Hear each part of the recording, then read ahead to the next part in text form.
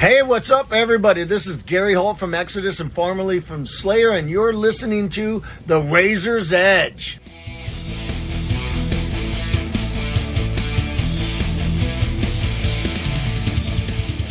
Dante and Jools, welcome to the Razor's Edge. Thank you. Thank you for having us. Before we talk about your new album, I wanted to jump back in time to before the days of Gun. So, how did you first get into music? Well. My mum and dad were they weren't musicians, or they didn't play like piano or guitar or anything. They just loved from Frank Sinatra to Fats Domino and every time it would always be played, especially on a Sunday when there was house cleaning and what do you call it, making all this Italian dinner, all this food for us. They would have the music blasting and stuff like that. And then, my dad was always, he liked the Rolling Stones, he liked, and my mum, she was just, she loved to sing from that Sinatra, Frank Sinatra, Doris Day, everything, all that this, stuff. But it was always, music was always played in the house, it was always in.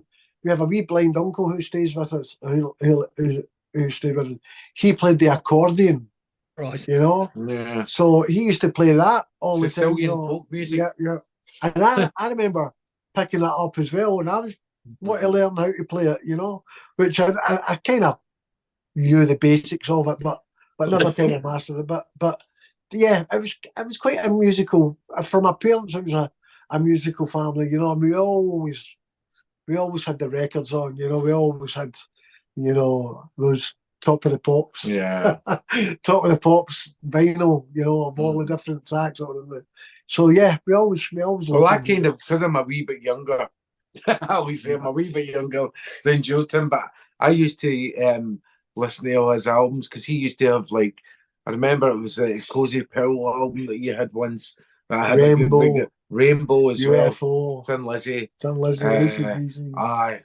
And I'd be making very, very careful, playing the record on, and then putting it back properly in its sleeve into the cut, and putting it back exactly where it was. Because I knew if when he came back from work or whatever, and he'd be like, and if somebody's touched my bloody records, it's done that. See if it's scratched. I know. And then my sister, that was quite funny, who was into ABBA and stuff like that. I'd listen to all her stuff. This is when I was about 8 or 9 years of age, So I would say he got me into music, along with my sister and stuff. Yeah, it's often the case. You follow your siblings into Absolutely, yeah. So back in the present day, you're about to release your latest album, Hombres, on April 14th. I've had it on the last couple of days, and I'm loving it. How happy are you with it?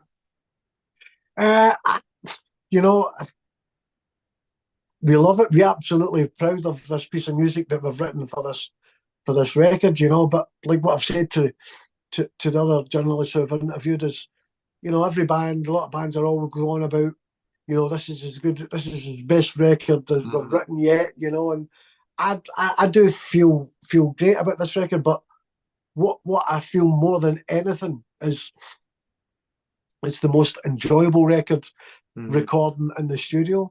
I think it just all connected. There was just a little bit of magic in there. We all just felt, this feels great. We really, and I think you can tell by listening to the record, that the energy that comes from it, and yeah, we had such fun recording it. It was there was no pressure on us, there wasn't we have our own studio, so we could take our time,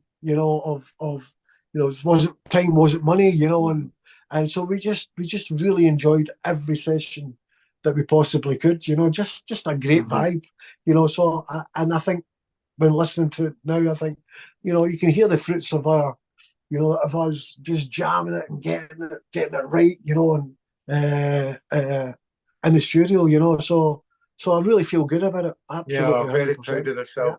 Yeah. I think this album is definitely the best I've ever sung on. Again, yeah, that's another. Which is and that takes a lot for me to say that, Tim. It's just I'm my own worst critic when it comes to that. So, yeah, I just love the way I kind of my voice is kind of sounds very mature, and it's and it's And there's definitely character there in the vocal and stuff also, like that. also in the last previous albums, I've not played so much lead guitar in any of the That's track true. on the album. So I wanted to play because I loved it so much. I wanted to put my lead guitar over it, and really felt confident about it. So it was great. It was just a great magical moment, I think, that we created in the studio recording it.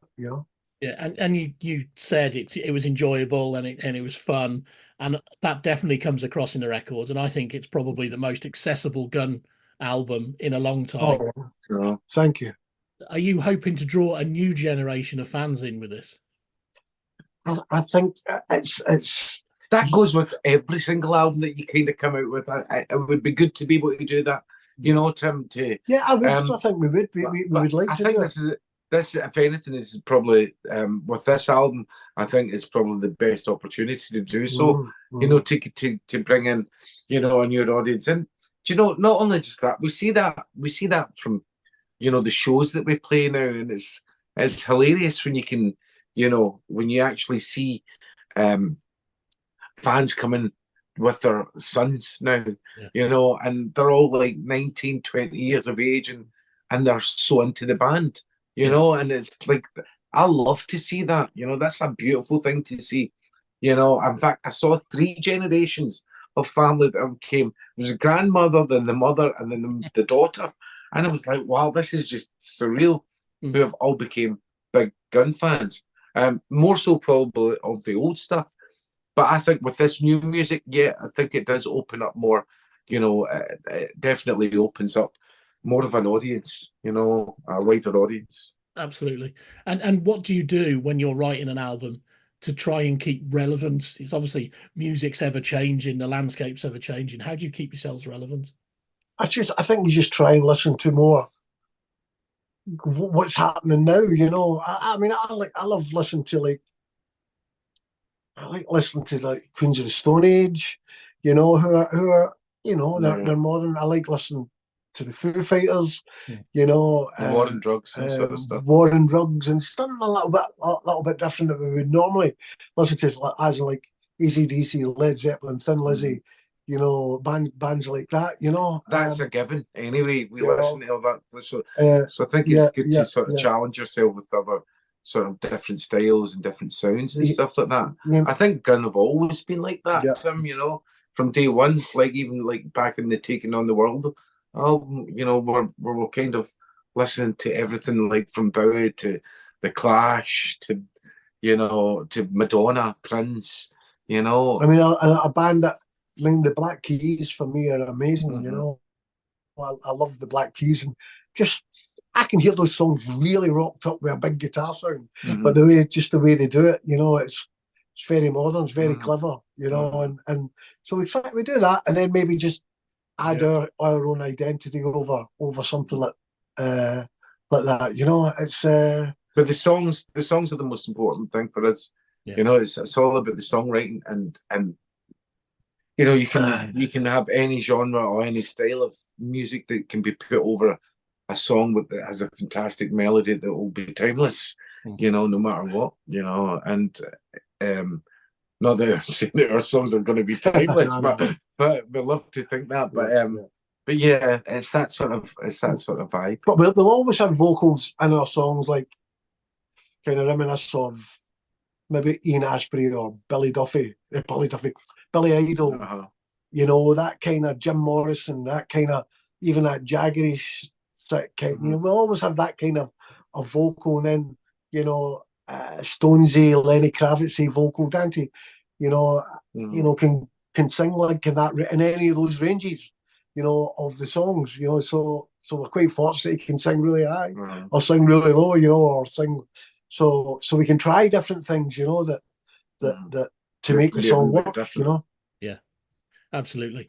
So as the reviews for this album start coming in, do pay attention to what the press and the critiques have to say about Yeah, I think you do. There's a certain element that definitely, Tim, you do. If you want to hear what people are going to be saying about your album because you've worked so hard, you've enjoyed it, and you embrace it. But I think, yeah, you've got to take, Yeah. you've got to take a If it's wee. a great review, you're like, oh, it's amazing.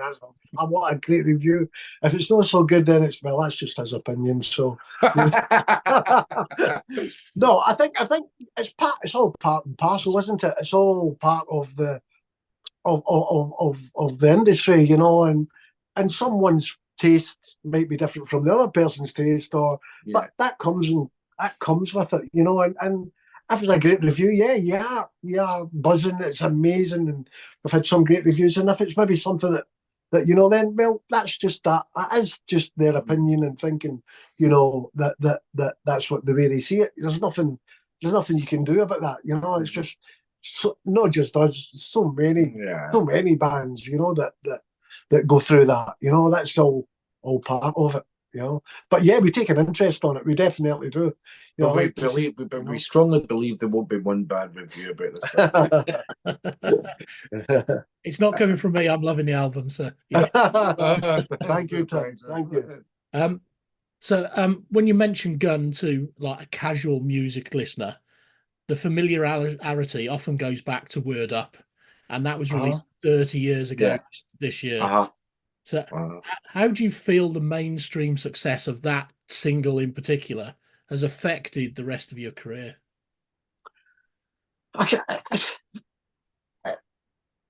It's amazing for what it was, what it done.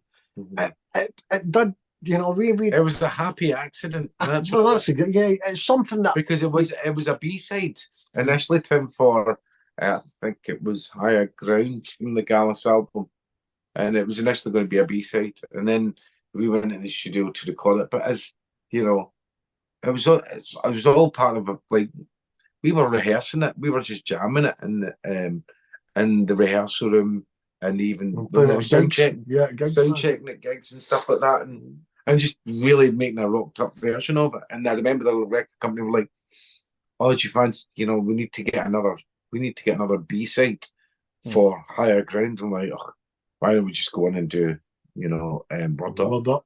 And now remember, this is a Gallus album, so we went in and we recorded it, and we did it with Chris Sheldon, who had done the album at that point, and we kind of had, you know, we give him the sort of the idea of wanting to make it into that sort of, give it that Metallica-esque vibe to it. Yeah. And then we let the record company hear it, and they were like, "Oh my God, this is definitely not going to be a B-side. We're keeping that. We'll use something else. We're going to keep that for the single." And we're like, "What?" Because we didn't know it. We just went in and had fun with it. And that's initially what that whole song was. It was just a bit of fun, going into the studio, recording a B-side. And then it turns out it becomes top 10 in the UK. 14 top 20s and throughout Europe.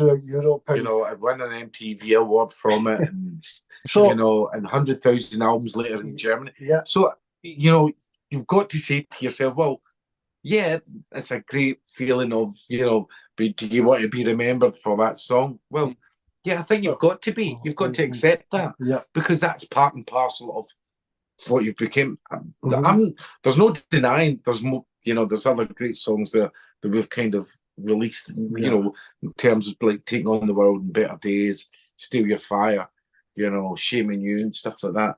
You know, that people have heard. But yeah. And what are you gonna say? We actually hate putting it in the set now. Like, no, you know. Do you know what? Do you know what's funny about it? I mean, for the diehard fans, they're like, "Oh, God, I'm bored of hearing listening to that." Well, we feel the same about it as well. But it's, and I think part of the reason is because it's only 3 chords. Yeah. You know? So there's not much movement going on. You know, it's only 3 chords. But you know, as I said, but Dan, if people remember us for it. And so be it. And so be it. It's part of part of your history. You know, how many other people or how many have released a song that's not theirs and they've been, well, it wasn't your song, but it's a big hit. Well, you're not going to kind of complain about it if it's a big hit. Yeah, love is all around. You know? Wait. Yeah. Remember that. Yeah, everyone's haunted by that who grew up in the 90s, I think. Absolutely, yeah. Yeah, Ah, it's yeah, just, yeah. it's one of those things. Yeah. So you've been around the industry a long time. We're all getting on. How has the industry changed for you over the years? Oh, a Well, lot tougher these days. Back in the back, well, you know, I would hate to be a band now Hmm. nowadays to try and achieve a record deal, publishing deal, and get your song in the charts. It's not just to do with it's not just the strength of the songs, but record labels now want to look at your Twitter, they want to look at your social TikTok, media. they want to look at social media. How many followers have you got? Or Hmm. how many? And to see if, well, there's a lot of people who like this band or like that artist. And so we'll maybe just take a chance on them. And we'll maybe, it's not really the strength of the music anymore. To a certain degree it is, but they go by these stats and by these, and I get it because that's the way the world is now. That's the way it is. Listen, You know, I think it works both ways. I know what you're saying, Jules, but I think it does work both ways because I think, with the power of social media, being able to let people hear your material out with a record company is a pretty good thing, But the only thing is, you don't get that push from a record company like you would. You've got to do it all yourself, which is, there's a lot of kids out there who can do it. But when you kind of tend to do that, you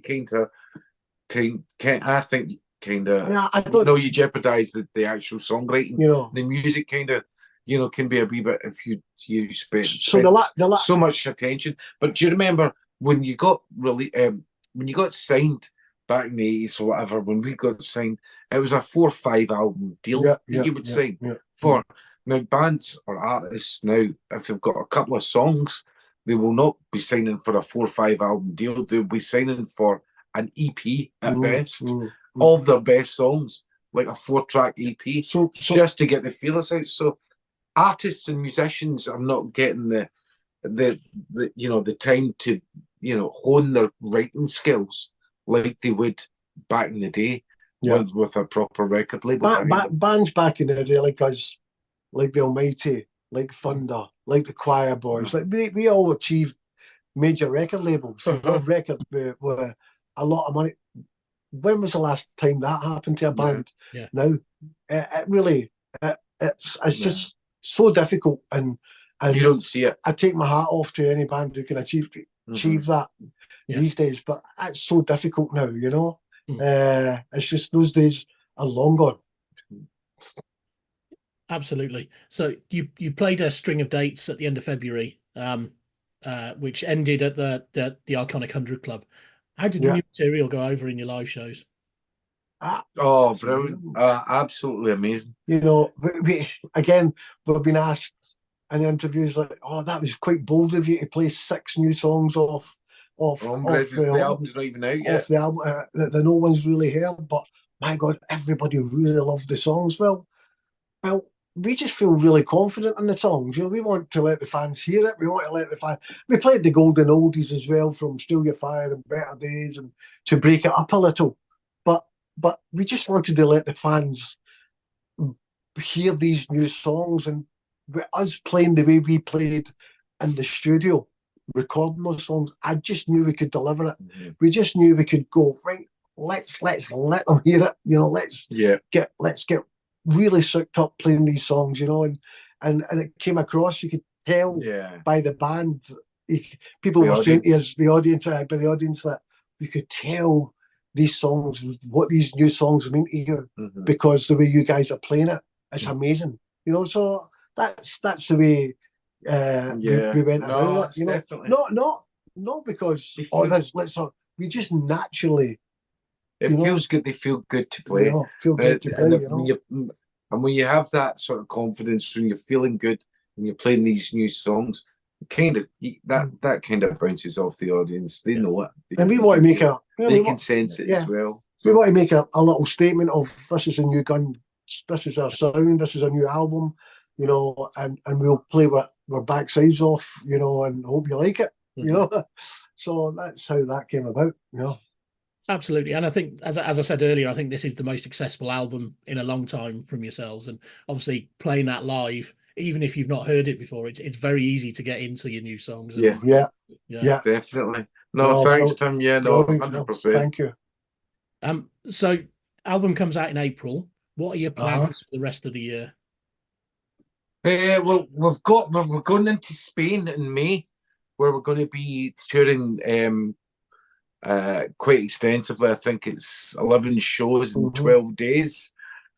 So looking forward to doing that.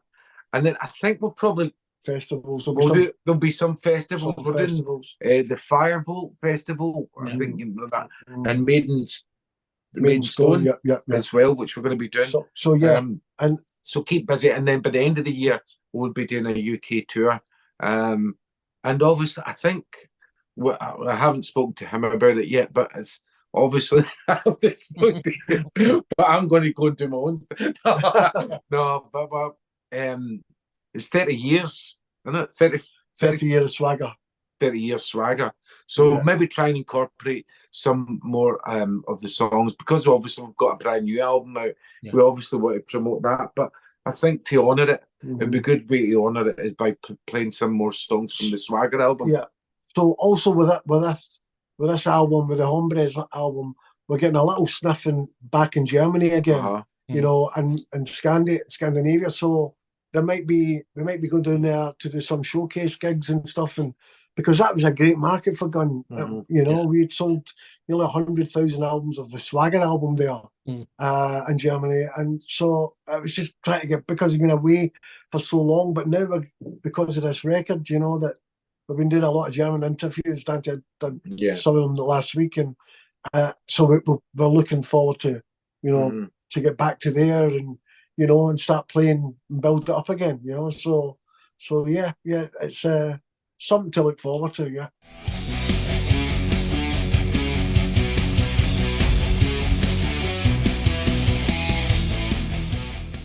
Thanks for listening.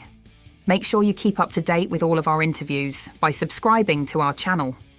For all the latest news, reviews, interviews and more, head over to our website, www.therazorsedge.rocks.